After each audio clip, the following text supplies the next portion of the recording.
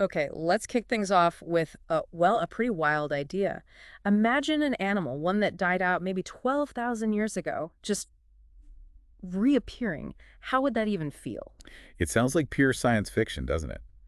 But scientists at Colossal Biosciences, they're an American biotech firm, have actually taken a really big step towards that with the dire wolf. The dire wolf, right? People probably know them, maybe vaguely, from Game of Thrones. Those huge wolves. Exactly, yeah. The show took inspiration from them. These were real predators back in the Ice Age. Yeah. Super successful for a long time, but then, well, they vanished. Probably because their main prey died out, likely due to human hunting pressures. Okay, but Colossal hasn't exactly brought them back, right? You said almost revived. What does that mean? Right, that's a key distinction. It's not like, poof, a perfect dire wolf appears. Hmm. What they're doing is, frankly, remarkable. They're using CRISPR technology. Ah, the gene editing tool. Precisely. Think of it like having the genetic blueprint of a modern gray wolf, a close-ish relative, and then making very specific edits based on DNA recovered from ancient dire wolf fossils. They're trying to piece together the dire wolf's genetic code within the gray wolf's. And then what? How do you get an actual animal? So they create embryos with this modified DNA and implant them into surrogate mothers, in this case, dogs. They've actually had pups born this way. Wow, pups. Named Remus, Romulus, and Khaleesi, sticking with some thematic naming there. Calicia, okay, Yeah. got the Game of Thrones link back. But how close are these pups genetically to the original dire wolves? Because gray wolves and dire wolves aren't the same. They aren't, and that's what makes this so interesting from an evolutionary standpoint.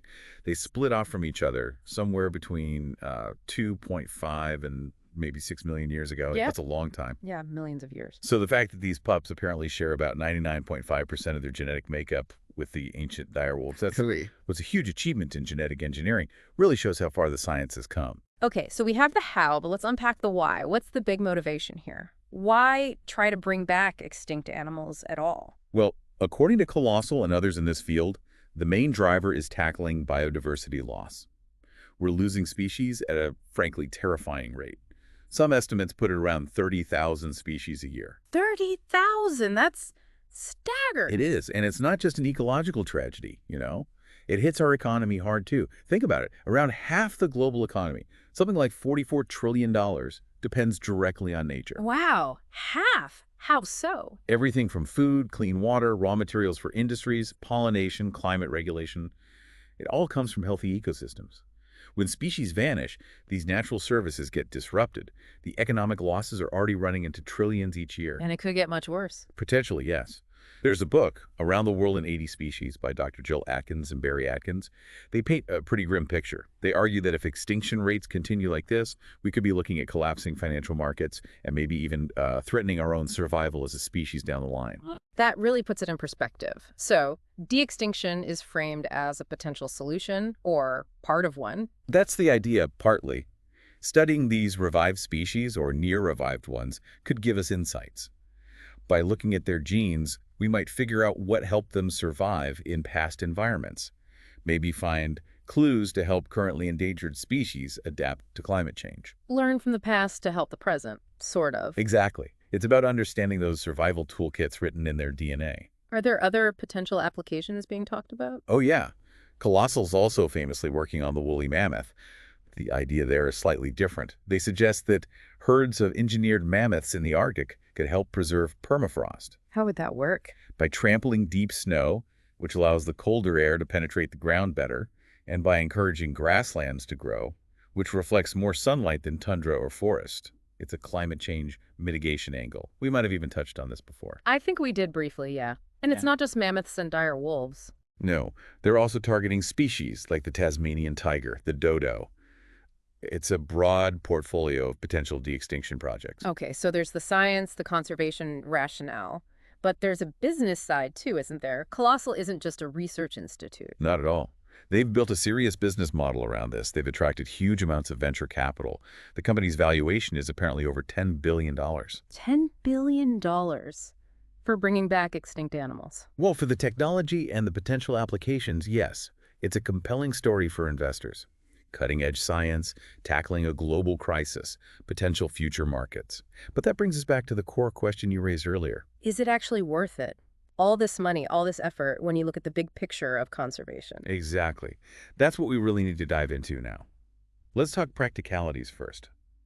These dire wolf pups, for instance, they're not just being let loose. Right, you mentioned a preserve. Yes, a 2,000-acre preserve. They'll need constant care, monitoring. And crucially, Colossal says there are no plans for them to breed, at least for now. But for other species, like mammoths or maybe red wolves they also mention, the long-term goal is rewilding. Putting them back into the wild. And that's where things get complicated, I imagine. Cost-wise, for starters. Hugely complicated. Who pays for the long-term management of these new populations? If they establish themselves, the responsibility usually falls to governments. And governments are already struggling to fund conservation for the animals we currently have. Precisely. Globally, we're spending only about 17% of what's estimated to be needed for biodiversity conservation each year. That's a gap of hundreds of billions of dollars, around $824 billion needed annually, according to some figures. We're massively underfunding efforts to save existing species. So the concern is that these new, potentially very expensive de-extinct animals will just add to that burden. That's a major worry. And researchers have tried to quantify this. A study in Nature Ecology and Evolution looked at potential costs using data from Australia and New Zealand. What did they find? Their estimates suggested that caring for, say, a population of resurrected woolly mammoths could cost as much per year as conserving an existing endangered species like the Asian elephant. Just the ongoing care costing as much as saving an entire endangered species now? That's the projection. And remember, that doesn't even include the massive upfront cost of actually doing the de-extinction, the years of research, the genetic engineering, creating enough animals to have a viable population. It adds up incredibly quickly. So the economics look challenging, to say the least. Did that study look at where the money might come from? It did. It modeled two scenarios, one where governments foot the bill and one where private funding covers de-extinction. The findings were quite stark, actually. How so? Their models indicated that if money for de-extinction projects gets pulled away from existing conservation budgets, which seems like a real risk given the funding shortfalls, we could actually end up losing more species than we gain. Wait, really? How'd I? They estimated that for every one species brought back through de-extinction, the diversion of funds could lead to the extinction of roughly 2 currently existing species, a net loss of biodiversity. Wow, 2 steps back for every step forward. That's sobering. It really is. And it potentially feeds into an existing problem with conservation funding, too. Which is? The bias towards what people call charismatic megafauna, the big, impressive animals that people connect with easily. Yeah. Lions, tigers, pandas. Right, they get most of the attention and presumably the funding. Overwhelmingly so. Yeah. Within vertebrate conservation, something like 85% of the funding goes to birds and mammals. Meanwhile, groups like amphibians, which are ecologically vital but maybe less cuddly, get maybe 3%. Only 3%. Yikes. Yeah. So the worry is that focusing on flashy de-extinction projects like mammoths or dire wolves could suck even more oxygen and funding away from these less glamorous but equally important species. It could make that imbalance even worse. Okay, so huge cost concerns, potential negative impacts on existing conservation funding. What about the ecological side? Putting these animals back into ecosystems they haven't been in for thousands or millions of years. That's another massive area of uncertainty and concern. Ecosystems aren't static. They've changed. They've evolved without these animals. How will they fit back in? Will they fit back in? Or will they disrupt things? Exactly. Could they outcompete existing native species? Could they bring unforeseen consequences? We just don't have definitive answers. There was a study in scientific reports that tried to estimate how many woolly mammoths the modern Arctic could even support. What did it suggest?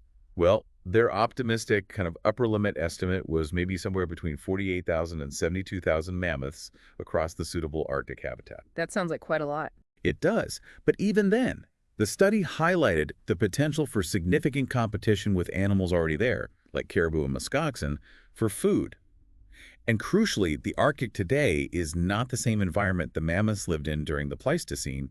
The climate is different, the vegetation is different, success isn't guaranteed, and disruption is a real risk. It really feels like opening Pandora's box, ecologically speaking. It has that potential, yes. Which brings us back maybe to the business side we mentioned earlier. Right. Colossal's $10 billion valuation. They must have a plan to make money from this beyond just scientific curiosity. Well, one potential avenue is biodiversity credits. It's a market-based idea where companies can offset their environmental damage by investing in projects that benefit biodiversity. De-extinction could potentially generate such credits. So companies could pay Colossal, essentially, to create biodiversity. That's one possibility being discussed. Also, partnerships with governments who might be interested in these high-profile projects could be another revenue stream. While they sometimes offer tech for free now, it's easy to see how these services could become commercial offerings. Which raises a fundamental question, doesn't it? Could Colossal, or companies like them, make similar money and also help conservation by focusing all this amazing technology on saving the species we still have? That's the million-dollar or perhaps billion-dollar question, it seems. Well, perhaps less likely that the financial incentives would align in quite the same way for saving, say, an obscure frog compared to bringing back a woolly mammoth. The novelty and grand scale of de-extinction itself might be part of the business appeal. So at the end of the day, while the idea is incredibly cool and the science is amazing, there's this real danger, isn't there? That focusing on bringing back the dead distracts us from saving the living. That seems to be the core concern voiced by many in the conservation community. Prioritizing these expensive, uncertain, high-profile projects could divert money and attention away from the urgent, ongoing work of protecting existing species and habitats. We risk worsening the biodiversity crisis and the economic problems linked to it, ironically, in the name of fixing it. It almost sounds like a real-life Jurassic Park scenario, not with dinosaurs escaping, but with unintended consequences undermining the very goals we claim to be pursuing. The parallel is certainly there. Yeah. It's a powerful cautionary tale about the complexities and potential pitfalls of wielding this kind of ecological power. So wrapping this up, it's clear this isn't a simple good or bad technology. The science is fascinating, but the economic, ethical, and ecological questions are huge. Given everything we've discussed, the costs, the risks, the funding issues, what should our priorities actually be in conservation? It's the critical question, and honestly, there are no easy answers. It demands really careful thought about trade-offs, about where limited resources can have the biggest positive impact. And for our listeners, especially those preparing for UPSC exams, this kind of topic touches on so much, doesn't it? Mains papers covering current affairs, environment, economy, even prelims topics like biodiversity, conservation science, biotechnology. Absolutely. It's vital to get beyond the headlines and really grapple with the different dimensions. The scientific potential, yes, but also the economic realities, the ecological uncertainties, the ethical considerations. You need a nuanced view. Thinking critically about whether these technological fixes are the best path forward compared to, say, strengthening traditional conservation efforts for existing species. Exactly. Weighing the promise against the potential peril, understanding the complexities, that's key for anyone involved in policy planning or just being an informed citizen. Well, hopefully this deep dive has given you plenty to think about on that front. If you found it useful for your preparation or just interesting, please do hit like and subscribe for more discussions like this. And definitely leave a comment below if you have more questions about de-extinction, biodiversity, or any related topics. We'd love to hear your thoughts. And a quick mention, much of the information we discussed today was sourced from excellent reporting by FinShots. Definitely worth checking them out for more insights. Thanks for tuning in.